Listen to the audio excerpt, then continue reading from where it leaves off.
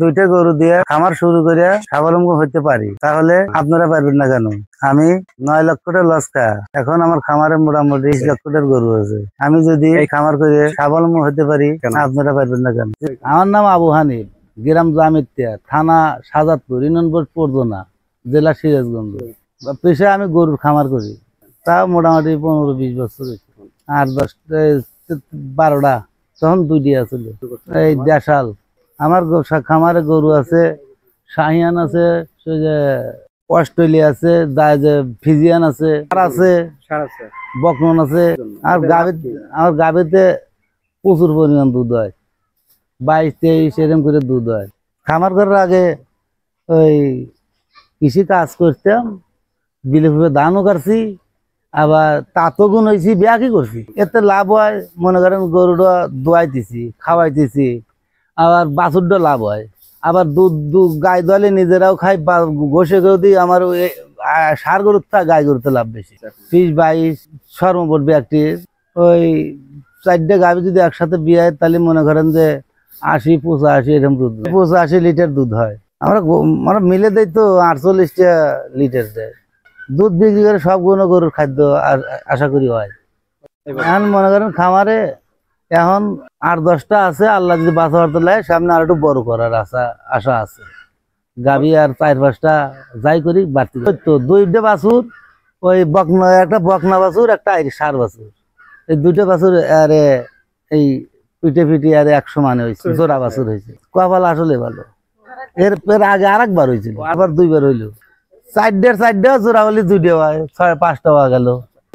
এগুলো এই গ্রামের পর কিনে ঢাকা শহর নিয়ে যায়, ইয়েতে নারায়ণগঞ্জ। ওইটা হলো শাহিয়ান, ওটা কিনছি, এটা কিনছি 1,65,000। হ্যাঁ, আল্লাহর কাছে নিয়ত করে এটা কিনা, লালন পালন করে আল্লাহ বাঁচা লাগলে ইচ্ছে দেবো। 4 দাঁত এই সবকিছু খাওয়া বাচ্চা দিয়ে বর্তমানে মনে করেন যে 3-3.5 লাখ টাকা সার সুরবি এক কিছু মিলে হয়।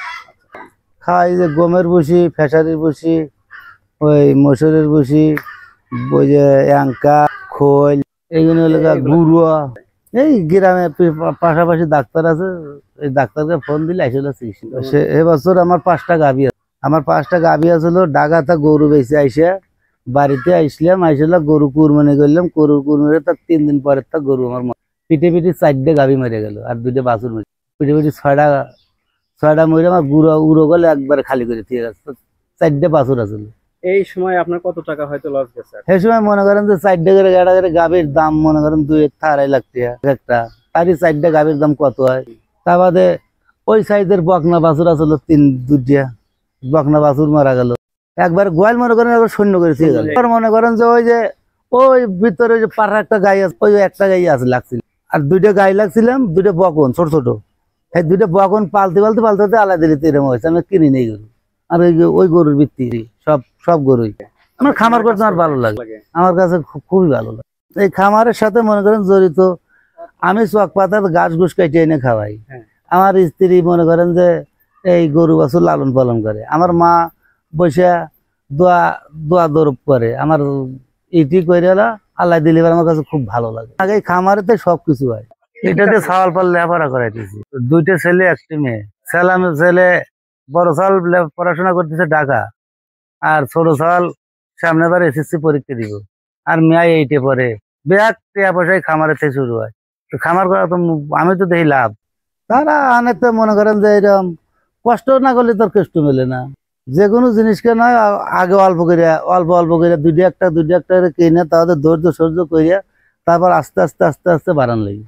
বাড়ালে পারে আল্লাহ ওর ঠিক তাহলে আর ও হতাশ হবো না, মানবিতে পারবে। আর এইভাবে করলে পারে তার আর খুব একটা পড়বো না।